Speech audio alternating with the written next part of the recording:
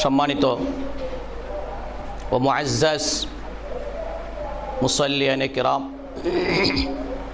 আল্লাহ পাকের দরবারে হাজারো শুকরিয়া, যিনি আমাদেরকে সালাতুল জুমা আদায় করার জন্য এই মসজিদে বলেছেন। আলহামদুলিল্লাহ।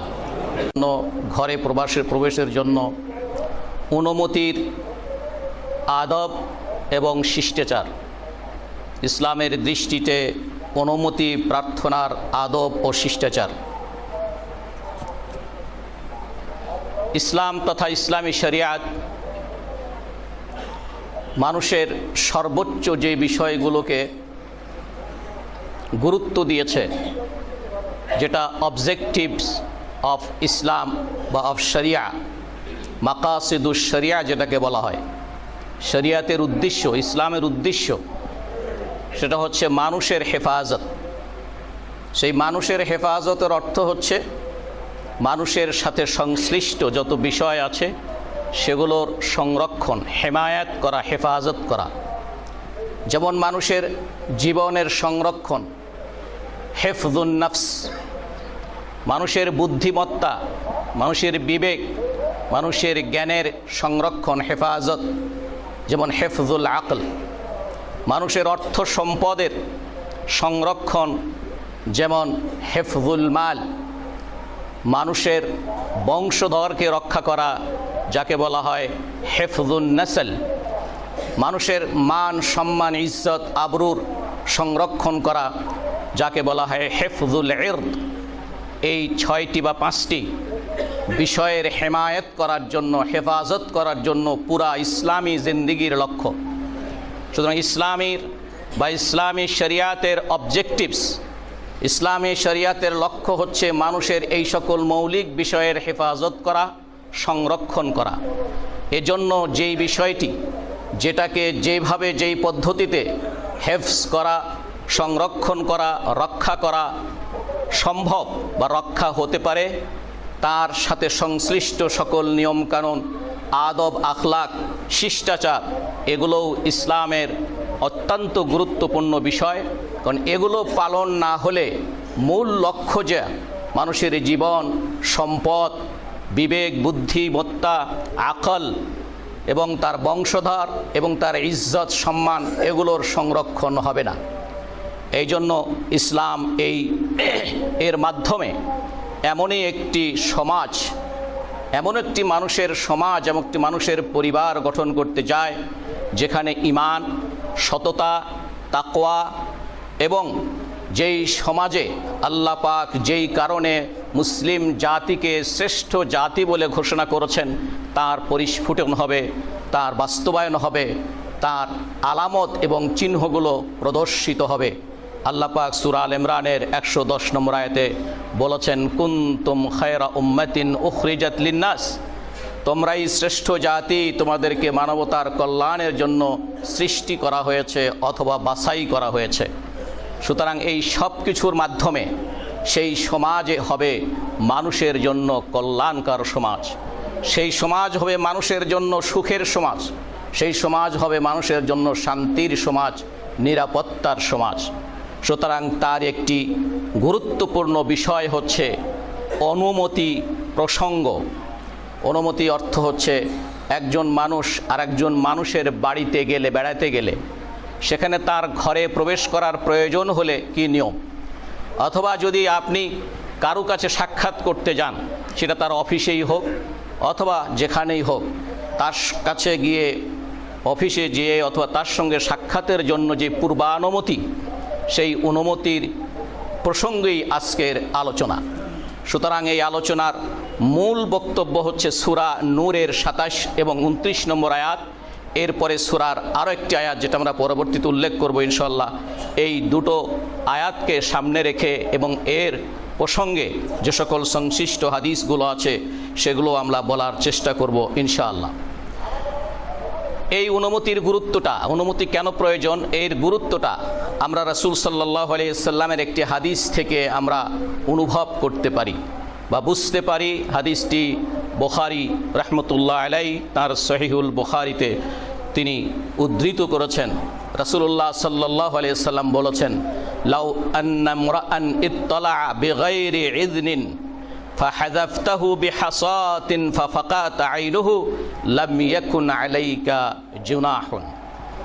যদি কোনো ব্যক্তি কারো অনুমতি ছাড়া কারো বাড়ির ভিতরের কোনো বিষয়কে দেখার চেষ্টা করে, আর এ কারণে যদি সেই বাড়িওয়ালা তার চোখে কোনো কিছু দিয়ে আঘাত করে, তাহলে ইসলামের দৃষ্টিতে সেটা দোষণীয় নয়। তাহলে এখান থেকে আমরা এর গুরুত্ব বুঝতে পারি। অথচ আল্লাহ পাক কোরআনে কারিমে বলেছেন, আন্নান নাফসা বিন নাফসি ওয়াল আইনা বিল আইন ওয়াল উযুনা বিল উযুন। কেউ যদি মানুষের জীবনকে হত্যা করে, ইসলামের দৃষ্টিতে তার জীবনও কি হবে? বিচারের মাধ্যমে হত্যা করা হবে। কারো যদি চোখ নষ্ট করা হয়, ইসলামের শরিয়তের বিচারে প্রমাণিত হলে তারও চোখ নষ্ট করা হবে। অথচ আল্লাহর রাসূল সাল্লাল্লাহু আলাইহি সাল্লাম এখানে বলছেন, কেউ যদি অনুমতি ছাড়া কারো বাড়ির ভিতরে সে দেখার চেষ্টা করে, আর এই কারণে যদি সেই বাড়িওয়ালা তাকে তার চোখে আঘাত করে, তাহলে ইসলামে কোনো দোষণীয় কিছু নয়। তো সুতরাং এখান থেকে আমরা কারো গৃহাভ্যন্তরে অথবা কারো তুমি হঠাৎ করে ঢুকে পড়ো না। সুতরাং যে ব্যক্তি আপনাকে কলিং টিপল, তাকে অনুমতি দেওয়ার আগে আপনার ড্রয়িং রুমটা ঠিকমতো আছে কিনা, এমনকি আপনি ঘুমের থেকে উঠলে আপনার মুখে দরজা খুলে তার সাথে কথা বলতে গেলে মুখে দুর্গন্ধ তার লাগবে কিনা, এই জন্য দ্রুত আপনি একটু কুলি করে নেন। কথা ঠিক না ঠিক এগুলো? সুতরাং এই সকল বিষয়গুলো, এটা খুব ছোট ছোট বিষয়, তারপরেও ইসলাম এগুলোর গুরুত্ব দিয়েছে বলেই এই বিষয়টি ইসলামের কাছে এত গুরুত্বপূর্ণ। সুতরাং এই জন্য ইসলাম এই সকল বিষয়গুলোকে এভাবে গুরুত্ব দিয়েছে, একদিকে তার মর্যাদা রক্ষার ক্ষেত্রে, অন্যদিকে বাড়ির অভ্যন্তরে এইরকম বিনা অনুমতিতে আসা যাওয়া, অবাধে চলাফেরা, এটা মানুষের ইজ্জত, সম্মান, এমনকি আরও গভীর বিষয়ের জন্য সেটা হুমকি হতে পারে। ইসলাম এই জন্য এখানেও নক করেছে। ইসলাম এই জন্য এখানেও কিছু বাধ্যবাধকতা দিয়েছে। ইসলাম এখানে কিছু বিধি নিষেধ দিয়েছে, কিছু নিয়ম দিয়েছে, কিছু আদব দিয়েছে, কিছু শিষ্টাচার দিয়েছে। এগুলো আমাদের মেনে রাখা অত্যন্ত জরুরি। আল্লাহ পাক সূরা নূরের 27 থেকে 29 নম্বর আয়াতে সেই আদবগুলার কিছু উল্লেখ করছেন। আল্লাহ পাক বলছেন, হে ঈমানদারগণ, লা তাদখুলু বুয়ুতান গায়রা বুয়ুতিকুম হাত্তা তাস্তানিসু ওয়া তুসাল্লিমু আলা আহলিহা। তোমরা অন্যের ঘরে প্রবেশ করবে না যতক্ষণ পর্যন্ত তাদের কাছ থেকে অনুমতি না নেবে। ওয়া তুসাল্লিমু আলা আহলিহা, এবং বাড়িওয়ালার উপরে সালাম না দেবে। যালিকুম খায়রুল লাকুম, এটাই তোমাদের জন্য কল্যাণকর, এই পদ্ধতি তোমাদের জন্য কল্যাণকর। লাআল্লাকুম তাযাক্কারুন, যাতে করে তোমরা এখান থেকে শিক্ষা গ্রহণ করতে পারো। যদি বাড়ির ভিতরে কেউ না থাকে, অনুমতি প্রার্থনা করা হলো, কোনো সারা শব্দ নাই, ফালা তাদখুলুহা, সেখানে প্রবেশ করবে না। হাত্তা ইউযানা লাকুম, আবার আল্লাহ পাক দিচ্ছেন যে অনুমতি ছাড়া প্রবেশ করবে না। তো না থাকলেও তো, অথবা থাকলেও আছে কিন্তু আপনাকে অনুমতি দেওয়া হয়নি, চুপচাপ আছে, কথা বলেনি কেউ, তাহলেই মনে করতে হবে আপনাকে অনুমতি দেবে না। ওয়া ইন কিলা লাকুম ইরজিউ, যদি বলা হয় যে এখন সুযোগ নেই, এখন আমরা অনুমতি দিতে পারছি না, যদিও অনেক সময় কথা সাধারণত বলে না, কিন্তু যদি বলা হয় ফারজিউ, তাহলে তোমরা কোনো প্রকার বিরক্ত বোধ না করে, কোনো প্রকার সংকীর্ণতা মনে না নিয়ে তোমরা অতি সহজ স্বাভাবিকভাবেই তোমরা ফিরে যাবে। হুয়া আজকা লাকুম, এটাই হচ্ছে তোমাদের জন্য পবিত্রতার নিদর্শন, এটাই হচ্ছে তোমাদের মনের মরণশীলতার, রুচির পবিত্রতার একটি নিদর্শন। আল্লাহু বিমা তা'মালুনা আলিম, তোমরা যা কিছু করো আল্লাহ পাক তা খুব ভালো করেই জানেন। তোমাদের জন্য কোনো অসুবিধা নেই, দোষণীয় নয় এমন ঘরে প্রবেশ করতে যেখানে কেউ থাকে না, অথচ সেখানে তোমাদের কোনো না কোনো স্বার্থ রয়েছে, কোনো না কোনো কিছু সেখানে রয়েছে। আল্লাহু ইয়ালামু মা তুবদুনা মা তাকতুমুন, তোমরা যা কিছুই প্রকাশ করো আর গোপন করো, সব কিছুর খবর আল্লাহ পাক ভালো করে জানেন। এই আয়াতের মাধ্যমে আল্লাহ পাক সাধারণ অনুমতি প্রসঙ্গে এই আয়াতটি নিয়ে বক্তব্য রাখছেন। কারো বাড়িতে যাবার, আপনার বাড়ি না অন্যর বাড়িতে যাবার ক্ষেত্রে এটা বলা হয়েছে বাহিরের লোক। সুতরাং এই আয়াতের মাধ্যমে আল্লাহ তাআলা তার বান্দাদেরকে আদব শিক্ষা দিয়েছেন। জাহিলি যুগের কৃষ্টি কালচার যা ছিল, ইসলাম সেটাকে বাইপাস করে, ইসলাম সেটাকে মুসলমানদের জন্য অকার্যকর করে ইসলাম একটি পদ্ধতি দিয়েছে। সেই তাদের সময় কি ছিল? তাদের সময় ছিল একজন আরেকজনের সঙ্গে দেখা হলে তারা বলতো দুপুরের আগ পর্যন্ত, এই সময়টাকে আরবি ভাষাতে সবাহ বলা হয়, আর দুপুরের পর থেকে নিয়ে সন্ধ্যা বারাত পর্যন্ত বলা হয় মাসা, সান্ধ্যকালীন সময়। সকালবেলার এই টাইমগুলো দেখা হলে তারা বলতো হাইতা হাইতা সবাহান অথবা হুইইতা সবাহান, যেটা আজকে আমাদের সমাজে রয়েছে, সারা দেশব্যাপী নয় সারা পৃথিবীব্যাপী প্রায় আছে, শুভ সকাল। হাইতা সবান মানে কি? শুভ সকাল। হুইইতা, হাইতা যদি এভাবে বলি, হাইতা পড়ি, তাহলে এই সকাল তোমার জন্য নতুন, তোমার জন্য ভালোভাবে তুমি জন্মলাভ, ভালোভাবে তুমি তোমার জীবন ধারণ করো, এই এক অর্থ। আর যেটাকে হুইইতা বলা হয় তাহলে শুভ সকাল, এটার অর্থ। হুইইতা শুভ সকাল, হুইইতা মাসাআন শুভ সন্ধ্যা। তাহলে জাহিলি যুগের সমাজ রীতি ছিল যে তারা একজনের সঙ্গে আরেকজনের দেখা হলে তারা একজন আরেকজনকে শুভ সকাল অথবা শুভ সন্ধ্যা, অর্থাৎ এই সকালবেলা তোমার জন্য মঙ্গলজনক হোক অথবা তোমার জন্য সন্ধ্যাবেলাটা মঙ্গলজনক হোক, এভাবে তারা বলতো। কিন্তু আল্লাহ পাক এটুকুনের মধ্যে যথেষ্ট এটা রাখেননি, বরং আল্লাহ পাক এর পরিবর্তে উত্তম পদ্ধতি শিখিয়ে দিয়েছেন। সেটা হচ্ছে ইসলামী সালাম বা তাহিয়্যা। ইসলামী সালাম বা তাহিয়্যা। ওয়া ইযা হুয়্যিতুম বিতাহিয়্যাতিন, যদি তোমাদেরকে তাহিয়্যাত দেওয়া হয়, ইসলামী তাহিয়্যাত কোনটা? আসসালামু আলাইকুম ওয়া রাহমাতুল্লাহ। এটা বলা হলে তোমরা ফারুদ্দুহা, তোমরা তাদের উপর এটার উত্তর দাও ওর মতো করেই, অথবা তার চাইতে বেশি করে যে বলো যে ওয়া আলাইকুমুস সালাম, আসসালামু আলাইকুম, ওয়া আলাইকুমুস সালাম। এটা যা বললো তার উত্তর এইটা, অথবা তার চাইতে বেশি বলো ওয়া আলাইকুমুস সালাম ওয়া রাহমাতুল্লাহি ওয়া বারাকাতুহু।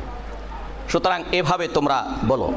সুতরাং এইখানে ইসলাম এই আয়াতের মাধ্যমে মুসলমানদের জাহিলি যুগের যেই পদ্ধতি ছিল সেই পদ্ধতির থেকে আরেকটু আপডেট করে আল্লাহ পাক এই পদ্ধতি দিয়েছেন যে তোমরা সালাম দেব, তুসাল্লিমু আলা আহলিহা, তাদেরকে তোমরা সালাম বলবে, আসসালামু আলাইকুম ওয়া রাহমাতুল্লাহ এটা বলবে।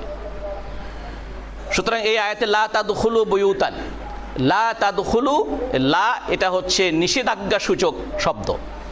যে কোনো নিষেধাজ্ঞা ইসলামের কোরআন এবং হাদিসে যে কোনো নিষেধাজ্ঞা, এটা সাধারণভাবে এটা যদি নিষেধাজ্ঞাটা হারামের অর্থে ব্যবহৃত হয়, যতক্ষণ পর্যন্ত এর আনুষাঙ্গিক এবং আশেপাশের অবস্থা বুঝে, বাক্যের রীতি বুঝে যতক্ষণ পর্যন্ত হারাম থেকে যদি শিথিলতা দেখানো হয়, শিথিলতা হয়, তাহলে তখন সেটা হারাম থেকে মাকরুহ বা এই ধরনের অর্থে ব্যবহৃত হয়। কিন্তু প্রধানত এটার অর্থ যখনই বলা হয়েছে লা তাদখুলু, সুতরাং এই লা তাদখুলু, এই লা, এই নিষেধাজ্ঞা লিত্তাহরিম, অর্থাৎ তোমরা অনুমতি ছাড়া তোমাদের জন্য কারো ঘরে প্রবেশ করা জায়েজ নাই, হারাম। আল্লাহ পাক আরো বলছেন যে মানুষ, ইন্নাল ইনসানা ইয়াদখুলু বাইতাহু মাতা শাআ ওয়া কাদ ইয়াসকুনু মিলকুহু ইয়াসকুনু ফি গায়রি মিলকিহি। সুতরাং একজন মানুষ নিজের বাড়িতে সে ঢুকতে পারে, এরপরও সেখানেও কিছু নিয়ম আছে আমরা বলবো, কিন্তু অন্যের বাড়িতে ঢুকতে গেলে তাকে এ সকল বিষয়গুলো অবশ্যই স্মরণ রাখতে হবে। এরপর আল্লাহ বলছে হাত্তা তাস্তানিসু। আমি আয়াতের শব্দগুলো আপনাদের সামনে বলছি এই জন্য যাতে করে বিষয়টির গুরুত্ব পরিষ্কার হয়ে ওঠে, যে তোমরা ঘরে প্রবেশ করবে না হাত্তা তাস্তানিসু, তোমরা যতক্ষণ পর্যন্ত উনস গ্রহণ না করবে। উনস অর্থ কি? এই শব্দটি হচ্ছে আনাসা ইউনিসু, এই ক্রিয়াপদ থেকে এর অর্থ হচ্ছে ইদা আবসরাহু যাহিরান আও মাকশুফান, কোনো জিনিসকে স্পষ্টভাবে দেখা, খোলামালাভাবে দেখা, এটাকে বলা হয় উনস। এই জন্য সেখান থেকে আনিস, আমাদের দেশে অনেকের নাম আছে আনিসুর রহমান, কি বলেন, আছে না? এই আনিস মানে বন্ধু। কেমন বন্ধু? অন্তরঙ্গ বন্ধু, যার ভালো মন্দ প্রকাশ্য অপ্রকাশ্য সব আপনি জানেন, এরকম বন্ধুকে কি বলা হয়? আনিস বলা হয়। তাহলে যার সম্পর্কে আপনার খোলামেলা জানা আছে, যার বিষয়ে আপনার কাছে স্পষ্টতা আছে, অস্পষ্টতা নাই, এইরকম অন্তরঙ্গ বন্ধুকে আরবিতে কি বলা হয়? আনিস। আরবিতে আনিস বলা হয়। তো সেখান থেকে তাহলে তোমরা হাত্তা তাস্তানিসু, একটি সরল অর্থ হচ্ছে তোমরা অনুমতি ব্যতিরেকে কারো ঘরে প্রবেশ করবে না। আর এই শব্দটির শাব্দিক অর্থের গুরুত্বের সাথে এর তত্ত্বগত দিকটা একটু কঠিন হচ্ছে কথাগুলো। এর তত্ত্বগত ভিত্তিটা হচ্ছে এই যে তুমি যাতে অনুমতি চাইলে তুমি সেই লোকটি সম্পর্কে সুস্পষ্ট ধারণা পাওয়ার পরই কেবল তুমি তাকে অনুমতি দিবে। সুতরাং তোমার সম্পর্কে বাড়িওয়ালা যার কাছে যাওয়ার জন্য উনি চাচ্ছ, তোমার সম্পর্কে ধারণা নিয়ে তারপরে সে তোমাকে অনুমতি দিবে কি না দিবে, এই পর্যায় পর্যন্ত পৌঁছার জন্যই তোমাকে অনুমতি নিতে হবে এবং অনুমতির জন্য তোমাকে অপেক্ষা করতে হবে। তাহলে এই তাস্তানিসু শব্দটা আমরা যদি সরাসরি বলি যে এর অর্থ হচ্ছে যে তোমরা অনুমতি না নেওয়া পর্যন্ত, তাহলে তো হলো। কিন্তু এর ভাবধারা, এর অন্তর্নিহিত যে গুরুত্ব কথাটা, সেটা হচ্ছে এখানে, যাতে করে তোমরা স্পষ্টভাবে তার সম্পর্কে জানতে পারো এবং তুমি তাকে প্রবেশ করার অনুমতি দিয়ে তোমার মনের মধ্যে কোনো রূপ হেজিটেশন থাকবে না। এই আগন্তুক কোনো ছিনতাইকারী আসলো, নাকি কোনো প্রতারক আসলো, নাকি কি আসলো, নাকি ডাকাতি করতে আসলো, এরকম তো আমরা শুনি। কলিং বেল ঢুকে দিয়ে তারপর দরজা খুলে দেওয়া হয়, তারপর ভিতরে যা ডাকাত হয়। কথা ঠিক না বে ঠিক? তো সুতরাং অথচ আল্লাহ পাক বলছেন কি, হাত্তা তাস্তানিসু, অনুমতি যে প্রার্থনা করছে তাকে বলছেন আল্লাহ, তুমি নিজকে তার সামনে পরিচিত করার জন্য একটু সময় না, অনুমতি চাও, সে তোমাকে যাচাই করবে। যাচাই হয় মনে মনে চিন্তা করে দেখবে, অথবা খেয়াল করবে তোমার শব্দ শুনে কি লোকটা কেমন, কি ধরনের আসতে দেওয়া যাবে কি যাবে না, এত কিছু সে কম্পিউটারের মধ্যে সাথে সাথে চিন্তা করে তারপরে তোমার জন্য সে অনুমতি দিবে অথবা দিবে না। ওয়াতুসাল্লিমু আহলিহা। সুতরাং এখান থেকে এটার গুরুত্বটা আরও পরিষ্কারভাবে আল্লাহ পাক এই আয়াতের মধ্যে আমাদেরকে দৃষ্টি আকর্ষণ করেছেন। এরপর আল্লাহ বলেন, ফা ইল্লাম তাজিদু আহাদান, তোমরা যদি সেখানে কাউকে না পাও তাহলে সবর এখতিয়ার করো, সবর এখতিয়ার করো, ধৈর্য ধারণ করো, প্রবেশ করো না। আর যদি বলা হয় যে তোমরা চলে যাও, ফিরে যাও, তাহলে সেক্ষেত্রে তোমরা ফিরে আসবে এই দিক থেকে। যখন তোমরা এই ফিরে যাওয়ার অর্থ এটা ভাই এখন না পরে আসেন। তারপরে আমরা অনেক সময় এটা টেলিফোনের ক্ষেত্রেও হইতে পারে, কেউ ফোন করেছে, আপনি কিন্তু এসে বলতে পারেন যে ভাই আমি একটু ব্যস্ত আছি, পরে। এটাও কিন্তু একটা অনুমতি, আপনি তার সাথে কথা বলবেন কি বলবেন না। সুতরাং সেক্ষেত্রে যাকে বলা হলো যে এখন না আমি একটু ব্যস্ত আছি, পরে, তিনি বিরক্ত বোধ করা তার উচিত নয়, ইসলামের শিক্ষা। টেলিফোনে এরকম হয় না, মোবাইলে। আজকে সকালেই আমাকে একটা কথা জিজ্ঞেস করার জন্য একজন ভদ্রলোক 3 সময় 3বার প্রশ্ন করেছে, ফোন করেছে। আমি 3বারই তাকে বলতে বাধ্য হয়েছি ভাই আমি ব্যস্ত আছি। তাহলে এখন ওই ভাই যদি বিরক্ত হয়, 3বার ফোন করলাম এই জিনিসটা জানার জন্য, অথচ উনি এত দামি হলেন যে আমার 3বার একবারও তিনি উত্তর দিলেন না। কি বলেন, কথা ঠিক না বে ঠিক? তো সুতরাং আল্লাহ পাক এই শিক্ষা দিচ্ছেন যে তোমাদের যদি বলা হয় যে তোমরা প্রবেশ করো না, অনুমতি যদি না দেওয়া হয়, তাহলে ওই লোকটার উপরে তুমি মনক্ষুণ্ণ হবে না, তার প্রতি তুমি রাগ করবে না, বরং তুমি সন্তুষ্ট থাকবে এই জন্য যে আল্লাহ পাক বলেছেন যালিকা খায়রুল লাকুম, এটাই তোমাদের জন্য কি কল্যাণকর। এবং তোমাদের ফিরে যেতে বললে যালিকা আজকা লাকুম, এটাই তোমাদের জন্য পবিত্রতা, এটাই তোমাদের জন্য সুন্দর সুস্থ মনের উদাহরণ। এই জন্য সালফে সালেহীন, আল্লাহু আকবার, সালফে সালেহীন আল্লাহ পাকের দিন, ইসলামের বা দিনের প্রতিটি বিষয়কে তারা খুব সহজভাবে নিয়েছেন। এই যে এইখানেও সালফে সালেহীনের কি অভ্যাস ছিল, তারা যখন কারো কাছে বা কোনোখানে গিয়ে অনুমতি চেয়ে সেখানে ব্যর্থ হয়ে ফিরে আসতেন, তারা আমাদের মতো মনক্ষুণ্ণ হতেন না, তারা আমাদের মতো মানে একটি অহংকারী ভাব সৃষ্টি হতো না যে কি হয়ে গেছে উনি দিলেন না এইরকম ইত্যাদি, বরং তারা খুশি হতেন। কি জন্য খুশি হতেন? যে দুটো শব্দ তাদের সামনে আল্লাহর পক্ষ থেকে বলা আছে, একটা হচ্ছে যালিকুম খায়রুল লাকুম, এটা তোমাদের জন্য কল্যাণকর, আর একটা হচ্ছে যালিকা আজকা লাকুম, এটা তোমাদের জন্য পবিত্রতা। এই জায়গাটা আপনার ওই ভাইয়ের প্রতি, ওই লোকটার প্রতি আপনার মনটা খারাপ হয়ে যেতে পারে, আপনার মনে রাগ সৃষ্টি হতে পারে, আপনার মনে বিদ্বেষ সৃষ্টি হতে পারে, আপনার মনে হিংসা সৃষ্টি হতে পারে। আল্লাহ পাক বললেন এইখানে তুমি সহজভাবে এটাকে মেনে নিয়ে ফিরে যাওয়া তোমার পবিত্রতার লক্ষণ। এই পবিত্রতা কিসের পবিত্রতা ভাই? আপনার মনের পবিত্রতা। এই পবিত্রতা হচ্ছে আপনার মনে তার প্রতি কোনো হিংসা আসবে না, আপনার মনে তার প্রতি কোনো গর্ববোধ আসবে না, আপনার মনে তার প্রতি কোনো তুচ্ছ-তাচ্ছিল্য ভাব আসবে না, আপনার মনে তার প্রতি কোনো হিংসা আসবে না, রাগ আসবে না, বিদ্বেষ আসবে না। এটা আল্লাহ পাক বলছেন যালিকা আজকা লাকুম, এটা তোমাদের জন্য পবিত্রতা। সালফে সালেহিন এই জন্য আল্লাহর ঘোষণা অনুযায়ী তারা পবিত্রতা এই সার্টিফিকেট পাচ্ছেন, এতে কি তারা অখুশি হতে পারেন বলেন? কিন্তু আমরা বুঝি না, ইসলাম জানি না, তাই আমরা এরকম করে থাকি, অখুশি হই, রাগ করি। আবার এক্ষেত্রে কোনো কোনো সময় এটাও অনেক সময় আছে, আমরা অনেক সময় এরকম ভাবি রাত 12টা বেজে গেছে, তারপরও মনে করা হয় আচ্ছা যাইয়া দেখি, কলিং বিল দেই, যদি আমাকে দরজা খোলে তাহলে দেখা করলাম, দরজা না খুললে দেখাই করলাম না।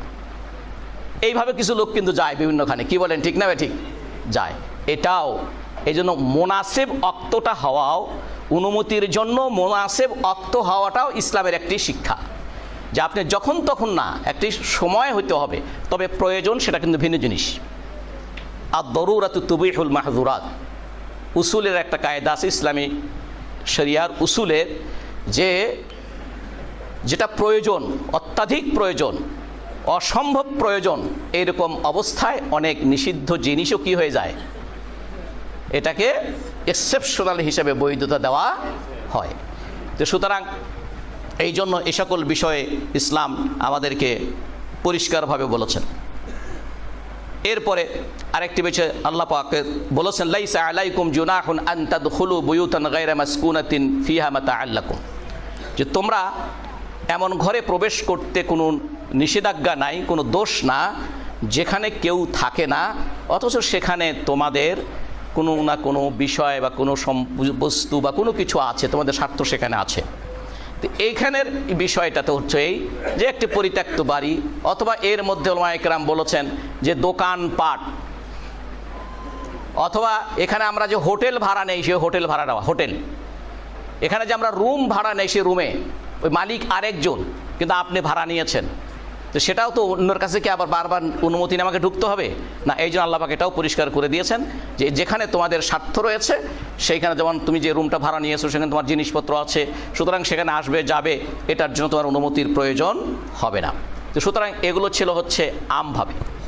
এই জন্য আল্লাহ পাক রসুল সাল্লাল্লাহু আলাইহি সাল্লাম এই অনুমতির বিষয়টিকে যখন ওই হাদিসটি বলেছেন, রাসূল সাল্লাল্লাহু আলাইহি ওয়াসাল্লাম বলছেন যে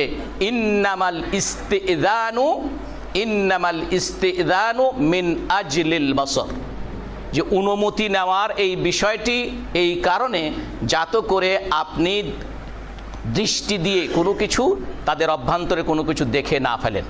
তো সুতরাং এই 27 থেকে 29 নম্বর আয়াতটি এটা ছিল সাধারণভাবে অনুমতি, যেটা বাহিরের লোক অন্য জায়গায় আসবে, অন্য জায়গায় ঢুকতে চাইবে, এই প্রসঙ্গে অনুমতি।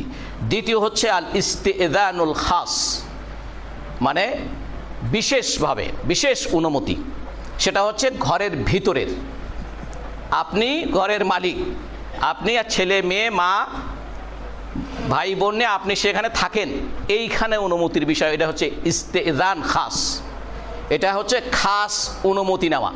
ওটা ছিল আম অনুমতি, খাস অনুমতি সম্পর্কে আল্লাহ পাক বলছেন সূরা আন-নূরের 58 এবং 59 নম্বর আয়াতে, ইয়া আইয়ুহাল্লাযীনা আমানু লিয়াস্তাযিনুকুমুল্লাযীনা মালাকাত আইমানুকুম ওয়াল্লাযীনা লাম ইয়াবলুগুল হুলুমা মিনকুম সালাসা মাররাত মিন ক্বাবলি সালাতিল ফাজরি ওয়া হিনা তাদাউনা সিয়াবাকুম মিনাজ যাহিরাতি ওয়া মিন বা'দি সালাতিল ইশা সালাসু আওরাতিল লাকুম। আল্লাহ পাক বলছেন যে হে ঈমানদারগণ, তোমাদের কাছে প্রবেশ করার জন্য তোমাদের যারা চাকর বাকর আছে, তোমাদের যারা সেবক আছে, সেবাকারী আছে, তারা এবং তোমাদের যে সকল ছেলে তারা এবং তোমাদের যে সকল ছেলে মেয়েরা, তারা এখন পর্যন্ত সাবালক হয়নি, কিন্তু তারা এই পর্যায়ে পৌঁছেছে যে নারীদের বিষয় সম্পর্কে তারা জানে, তারপরে পুরুষদের সম্পর্কে জানে, নারী পুরুষ কি সেটা জানে, নারীদের পোশাকটা কীরকম সেটা জানে, ইত্যাদি। এই সকল পর্যায়ের যে সকল ছেলেপেলে, তাদের জন্য 3টি সময় দিনরাতের 3টি সময়ে অনুমতি ব্যতিরেকে কোনো এই ধরনের কোনো সন্তান তার মায়ের ঘরে ঢুকতে, অথবা এই ধরনের কোনো মেয়ে তার বাবার ঘরে ঢুকতে, অথবা ছেলেরা তার বাবার ঘরে ঢুকতে, মায়ের ঘরে ঢুকতে, বোনের ঘরে ঢুকতে, দাদির ঘরে ঢুকতে, এক্ষেত্রেও অনুমতি নিয়ে তারপরে তার কক্ষে বা তার রুমে প্রবেশ করবে। সেই 3টি সময় হচ্ছে ক্বাবলে সালাতিল ফজর, ফজরের আগে, ওয়াহিনা তাদাউনা সিয়াবাকুম মিনাজ যাহিরা, দুপুরের সময় যখন তোমরা সাধারণত তোমাদের পোশাকগুলো, সাধারণ যেই পোশাকগুলো থাকে সেগুলো একটু কম করে রুমের মধ্যে ঘুমানোর জন্য বা রেস্ট নেওয়ার জন্য পোশাক থাকে, সেই পোশাক সেই সময় দুপুরের সময় অমিন বা'দে সালাতিল ইশা, এবং এশার পরে। তাহলে একটি হচ্ছে ফজরের আগে, একটি হচ্ছে দ্বিপ্রহরে, আর একটি হচ্ছে এশার পরে। এই সময়ে নিজের ছেলে মেয়েরা পর্যন্ত বাবা মার ঘরে প্রবেশ করতে অনুমতি নিতে হবে। আল্লাহ পাক সেই কথা বলছেন, নিজের ছেলে মেয়ে এবং দাসদাসী চাকর বাকর যারা আছে তাদেরকে আল্লাহ বলছেন, লাইসা আলাইকুম ওয়ালা আলাইহিম জুনাহুন বা'দাহুন্না তাওয়াফুনা আলাইকুম বা'দুকুম আলা বা'দ। এই 3 সময়ের বাইরে তাদের স্বাধীনতা রয়েছে, তারা একে অপরের কাছে তারা যেতে পারে। কাযালিকা ইউবাইয়িনুল্লাহু লাকুমুল আয়াত ওয়াল্লাহু আলিমুন হাকিম। ওয়া ইযা বালাগাল আতফালু মিনকুমাল হুলুম ফালইস্তাযিনু কামাস্তাযানাল্লাযীনা মিন ক্বাবলিহিম কাযালিকা ইউবাইয়িনুল্লাহু লাকুম আয়াতিহি ওয়াল্লাহু আলিমুন হাকিম। তাহলে যারা এখন পর্যন্ত সাবালক হয়নি এবং চাকর বাকর সেবক যারা থাকে তাদের জন্যটা, আর যারা বয়প্রাপ্ত হয়ে গেছে তারাও তাদের ঘরের ভিতরে, মায়ের ঘরে, তারপরে বোনের ঘরে, দাদির ঘরে, বোন বলতে যারা সাবালক হয়েছে সেই সকল ঘরে ঢোকার জন্য আল্লাহ পাক বলছেন সেখানেও তারা অনুমতি গ্রহণ করবে, নিবে। এভাবেই আল্লাহ পাক তার আয়াতগুলোকে মানুষের সামনে সুস্পষ্টভাবে তুলে ধরেন। সুতরাং এই ক্ষেত্রে এই বিষয়গুলোকে আমরা যেটা লক্ষ্য করছি যে এগুলা যারা বালেগ না তাদের জন্য সুস্পষ্টভাবে আল্লাহ পাক বলেছেন।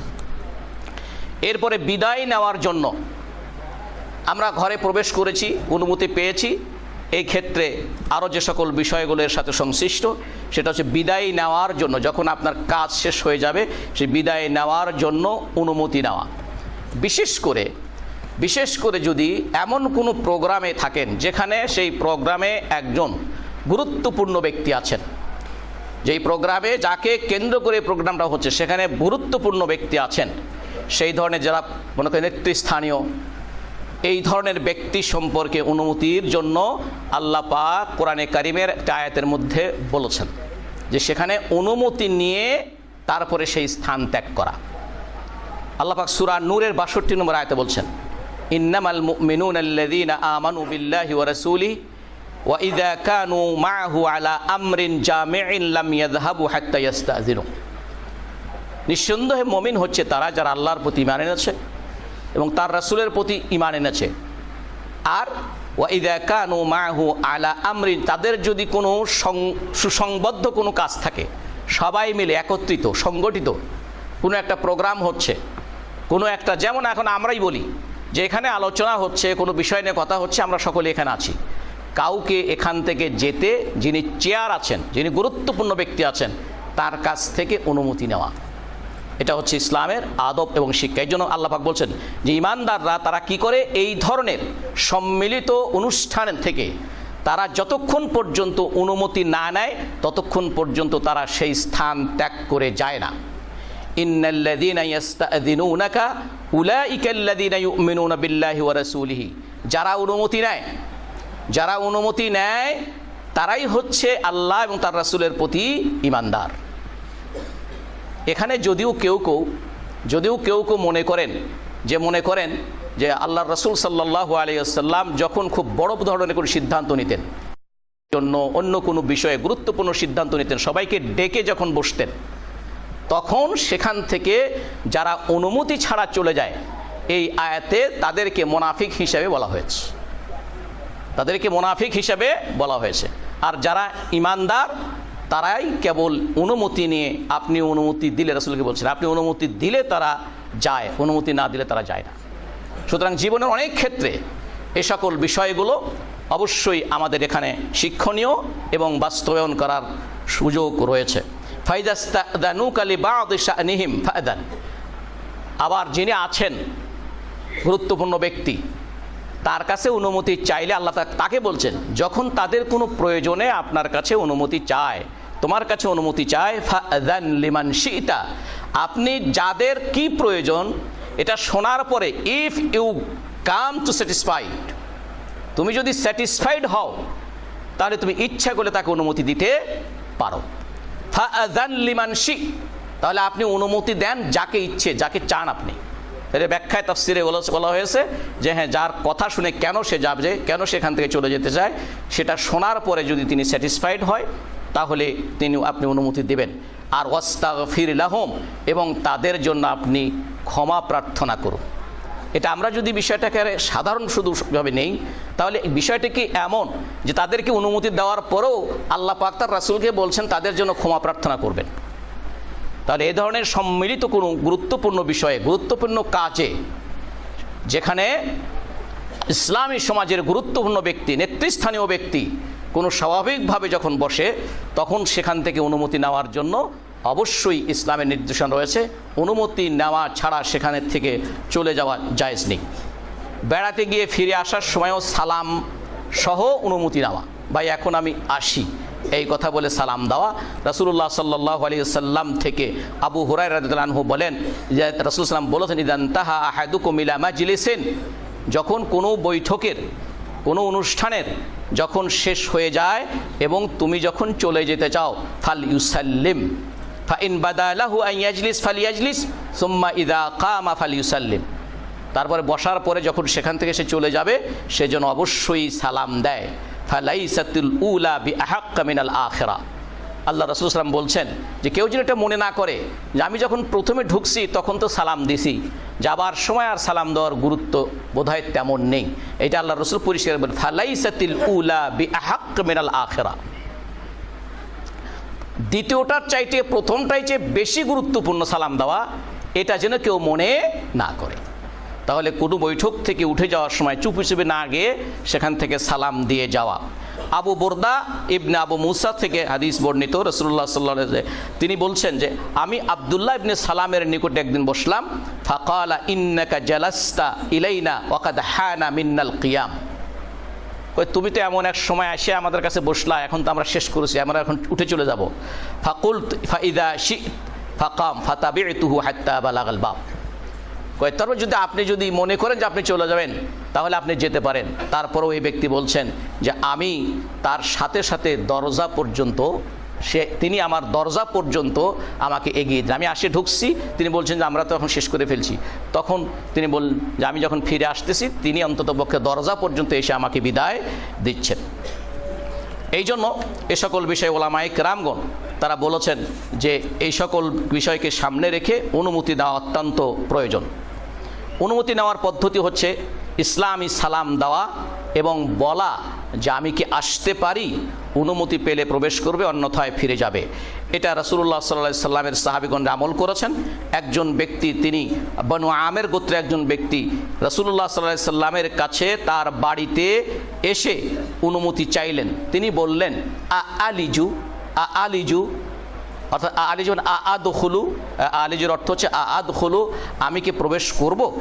ফাকাল নবী সাল্লাল্লাহু আলাইহি ওয়াসাল্লাম লিখাদিহি উখরুজ ইলা হাদা ফাআল্লিমহুল ইস্তিজান, তখন রাসূলুল্লাহ সাল্লাল্লাহু আলাইহি ওয়াসাল্লাম তার কাছে তার যে খাদেম ছিলেন তাকে বললেন, যাও তুমি লোকটিকে অনুমতি নেওয়ার আদব শিক্ষা দাও।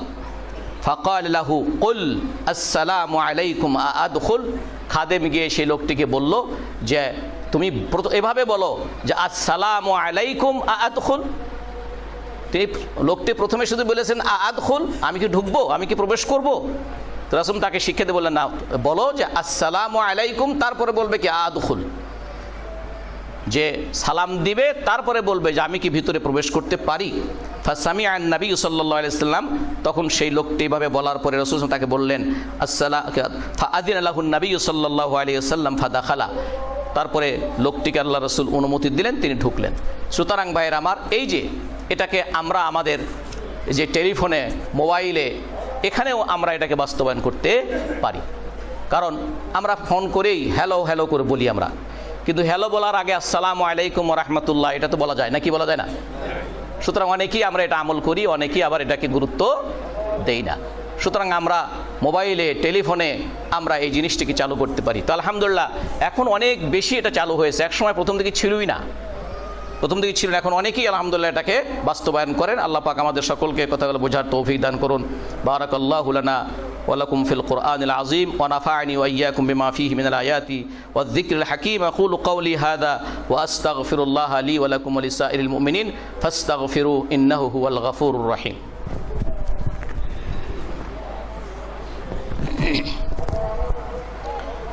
আলহামদুলিল্লাহ আসসালাতু ওয়াসসালামু আলা রাসূলিল্লাহ ওয়া আলা আলিহি ওয়া সাহবিহি ওয়া সাল্লাম, আম্মা বা'দ। সম্মানিত ভাইরা আমার, তিনবার অনুমতি প্রার্থনা করা, তিনবার। আনাস রাদিয়াল্লাহু তাআলা আনহু বর্ণনা করেন যে রাসূলুল্লাহ সাল্লাল্লাহু আলাইহি ওয়াসাল্লাম কানা ইযা সাল্লামা সালাতান, রাসূলুল্লাহ সাল্লাম যখন সালাম দিতেন সাধারণত তিনবার তিনি সালাম দিতেন, এটা সাধারণত অনুমতির ক্ষেত্রে। ওয়া ইযা তাকাল্লামা বিকালিমাতিন আ'আদাহা সালাতান, যদি কোনো সময় বিশেষ করে প্রয়োজনের প্রেক্ষিতে যদি কোনো কথা বলতেন, সে একই কথাকে তিনি তিনবার করে বলতেন, যাতে করে শ্রোতাদের মধ্যে তারা এটাকে গুরুত্বটা বোঝে এবং তাদের যাতে ভুলে না যায়। এটা রাসূল সাল্লাল্লাহু আলাইহি ওয়াসাল্লামের ছিলেন। বুখারী মুসলিমের হাদিস। আবু সাঈদ আল খুদরি থেকে আরেকটা হাদিস বর্ণিত আছে, তিনি বলছেন, এটাও বুখারী মুসলিমের, যে আমি আনসারদেরকে নিয়ে একটা জায়গাতে আমরা অনেকেই বসা ছিলাম। ইতিমধ্যে আবু মুসা আল আশআরী রাদিয়াল্লাহু তাআলা আনহু তিনি খুব ভীত সন্ত্রস্ত পদে আমাদের সেই বৈঠকের জায়গায় আসলেন। ফাকালা, এসে বললেন, তিনি বলছেন, ফাকালা ইস্তাআযানতু আলা উমারা সালাসান ফালাম ইউযান লি ফারাজাত, আমি ওমর রাদিয়াল্লাহু আনহুর বাড়িতে গিয়ে তিনবার অনুমতি প্রার্থনা করেছি, আমাকে অনুমতি দেওয়া হয়নি, কোনো কিছু বলা হয় না, চুপচাপ। তারপরে তিনবার অনুমতি চাওয়ার পরে আমি যখন অনুমতি না পেয়েছি বা কোনো সারা শব্দ না পেয়েছি, তখন আমি ফিরে এসেছি।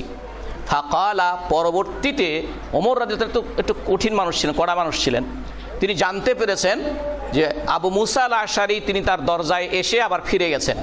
তিনি তাকে ধরে বসছেন, বলছে যে তুমি মা মানা আকা, তুমি কেন ঢুকলা না, কেন তুমি ফিরে আসলে? আমি তাকে বললাম, ইস্তাআযানতু সালাসান ফালাম ইউযান লি ফারাজাত, আমি তিনবার অনুমতি চেয়েছি, অনুমতি পাই নাই, তাই ফিরে এসেছি। ওয়া ক্বালা রাসূলুল্লাহ সাল্লাল্লাহু আলাইহি ওয়াসাল্লাম, আমি তাকে রাসূল সাল্লাল্লাহু আলাইহি ওয়াসাল্লামের হাদিসও শুনিয়ে দিলাম যে রাসূলুল্লাহ সাল্লাম বলেছেন, ইযা ইস্তাআযানা আহাদুকুম সালাসান ফালাম ইউযান লাহু ফালিয়ারজি, তিনবার রাসূল সাল্লাম বলেছেন, তিনবার অনুমতি প্রার্থনা করার পরও যদি অনুমতি না পাওয়া যায় তাহলে ফিরে আসবে। ফাকাল, ওমর রাদিয়াল্লাহু আনহু আমার কাছ থেকে রাসূলের এই হাদিস শুনে তিনি বলছেন, আল্লাহি লা তুকিমান্না আলাইহি বিবাইয়িনা, তোমাকে অবশ্যই তোমার এই কথা, রাসূল সাল্লাল্লাহু আলাইহি ওয়াসাল্লাম যেরকম কথা বলেছেন এই কথার সপক্ষে তোমাকে দলিল পেশ করতে হবে। কে বলছেন? ওমর রাদিয়াল্লাহু আনহু। কাকে বলছেন? আবু মুসা আল আশআরী রাদিয়াল্লাহু তাআলা আনহু। তাহলে ওমর রাদিয়াল্লাহু আনহু ছিলেন খোলাফায়ে রাশিদিনের দ্বিতীয় খলিফা, উম্মতের শ্রেষ্ঠ আবু বকরের পরেই তার স্থান। সুতরাং সেই ওমর রাদিয়াল্লাহু আনহু তার চেয়ে আদনা, তার চেয়ে কম মর্যাদার সাহাবী আবু মুসা আল আশআরীর কাছে রাসূলের হাদিস শুনে বলতেছেন, তোমার এই হাদিস, এটা যে হাদিস, এটা যে রাসূল বলেছেন, তোমাকে অবশ্যই তার প্রমাণ দিতে হবে। তার অর্থ কি ভাই? যে ওমর রাদিয়াল্লাহু আনহু এই হাদিসটা জানতেন না। কথা ঠিক না ভাই? ঠিক। অত ওমর রাদিয়াল্লাহু আনহু এই হাদিসটি জানতেন না। আমরা যারা এখন আমাদের সলফে সালেহিনরা অনেক এলেমে, বিদ্যায়, জ্ঞানে, গুণে আকাশ চাইতেও বেশি জানে পরবর্তী লোকদের চাইতে, তারপরেও সব জানা তাদের জন্য বলা যে ওনারা কি কম জানতেন, এই কথাগুলো আমরা বলে অনেক সময় সহিহ হাদিস আছে কিন্তু কোনো ইমামের অথবা কোনো আলেমের সেই সহিহ হাদিসের বিপরীত কোনো মত আছে, সেই আলেমের মতটাকে ধরে রাখার জন্য আমরা বলি যে এর বিপরীত যে সহিহ হাদিসটা পাওয়া গেল, এটা কি উনি জানতেন না? উনি জানতেন অথবা জানতেন না সেটা বড় প্রশ্ন না, আপনার সামনে প্রমাণ হয়েছে, সুতরাং আপনার সেটা গ্রহণ করা উচিত। এমনও হতে পারে তিনি হয়তো নাও জানতে পারেন, যেমন ওমর রাদিয়াল্লাহু আনহু এই হাদিস জানেন নাই। সুতরাং আমি তোমাদের কাছে আসছি, আবু মুসা বলছেন, আমি তোমাদের কাছে আসছি যে রাসূলুল্লাহ সাল্লাল্লাহু আলাইহি সাল্লাম যে এই কথা বলেছেন তোমাদের মধ্যে কেউ শুনেছে কিনা। আমিন কুন আহাদুন সামিআহু মিনান নবী সাল্লাল্লাহু আলাইহি সাল্লাম, আনসারদের সেই বৈঠকে এসে বলছেন যে আমি তোমাদের কাছে এসেছি এরকম ভীত সন্ত্রস্তভাবে এই কথা জানার জন্য, তোমাদের মধ্যে কি এমন কেউ আছো যিনি রাসূলুল্লাহ সাল্লাল্লাহু আলাইহি সাল্লামের কাছ থেকে এই হাদিস শুনেছো? ফাকালা উবাই ইবনে কাব, ওই মাহফিলে উবাই ইবনে কাব রাদিয়াল্লাহু তাআলা আনহু ছিলেন। তিনি বললেন, আল্লাহে লা ইয়াকুমু মাআকা ইল্লা আসগারুল কওম, আল্লাহর শপথ হে আবু মুসা, তোমার সাথে সাক্ষ্য দেওয়ার জন্য আমাদের এই বৈঠকের মধ্যে সবচেয়ে ছোট বয়সের যে আছে সেই যাবে। তার মানে কি তাদের কাছে পরিষ্কার ছিল, এমনকি ছোট্ট যে সাহাবী ওখানে বসা ছিল তারও জানা ছিল হাদিস এটা। এই জন্য উবাই ইবনে কাব বললেন যে আমাদের মধ্যে যে ছোট যে আছে এই তোমার সাথে গিয়ে সাক্ষ্য দিয়ে আসবে। এই হাদিসের বর্ণনাকারী তিনি কিন্তু বলছেন, এই হাদিসের বর্ণনা তখন বলছেন ফাকুন্তু আসগারাল কওমি, ওই যারা বসা ছিল তাদের মধ্যে আমিই ছিলাম ছোট মানুষ, তাদের মধ্যে ছিলাম আমি কি ছোট মানুষ। ফাকুমতু মাহু, আমি আবু মুসার সাথে গিয়ে ওমর রাদিয়াল্লাহু আনহুর কাছে বললাম, ফাআখবারতু ওমর আন্না নবী সাল্লাল্লাহু আলাইহি সাল্লাম ক্বালা যালিকা, আমি ওমরকে গিয়ে বললাম যে রাসূলুল্লাহ সাল্লাল্লাহু আলাইহি সাল্লাম এই কথা বলেছেন। তো সুতরাং তিনবার অনুমতি প্রার্থনা করা, তিনবারের অধিক অনুমতি চাওয়া কি বৈধ, এ সম্পর্কে অনেক বিষয় আছে। যেন বলেছেন, কেউ বলেছেন এই পর্যন্ত রাখতে হবে, কেউ বলেছেন 3-এর অধিক করা যাবে যদি সংশ্লিষ্ট ব্যক্তি বিরক্ত বোধ না করে। এই জন্য কায়েস ইবনে সাদ ইবনে উবাদার একটা হাদিসে রাসূলুল্লাহ সাল্লাল্লাহু আলাইহি সাল্লাম জারানা, রাসূল সাল্লাম তার কাছে এসেছেন আমাদের বাড়িতে, কায়েস ইবনে সাদের বাড়িতে রাসূল সাল্লাম এসেছেন। ফাকাল আসসালামু আলাইকুম ওয়া রাহমাতুল্লাহ, কাল ফারাদ্দা সাদ রাদ্দান খাফিফান। দেখুন রাসূল সাল্লাল্লাহু আলাইহি সাল্লামের কাছ থেকে রাসূল সাল্লামকে তারা কীভাবে গ্রহণ করেছিলেন। সাদের বাড়িতে, কায়েস ইবনে সাদের বাড়িতে, কায়েস ইবনে সাদ বলছে, সায়েদের ছেলে এই ঘটনা বলছেন যে রাসূল সাল্লাল্লাহু আলাইহি ওয়াসাল্লাম আমাদের বাড়িতে আসলেন, এসে সালাম বললেন আসসালামু আলাইকুম, কিন্তু আমার পিতা সাদ জবাব দিলেন কিন্তু খুব ক্ষীণ স্বরে, নিম্ন আওয়াজে, ফারাদ্দা রাদ্দান খাফিফান, খুব হালকা আওয়াজে, রাসূল যাতে করে উত্তরটা না শোনেন। ফাকাল আসসালামু আলাইকুম, এরপর রাসূল আবারও বললেন, তিনি আবারও আস্তে করে জবাব দিলেন।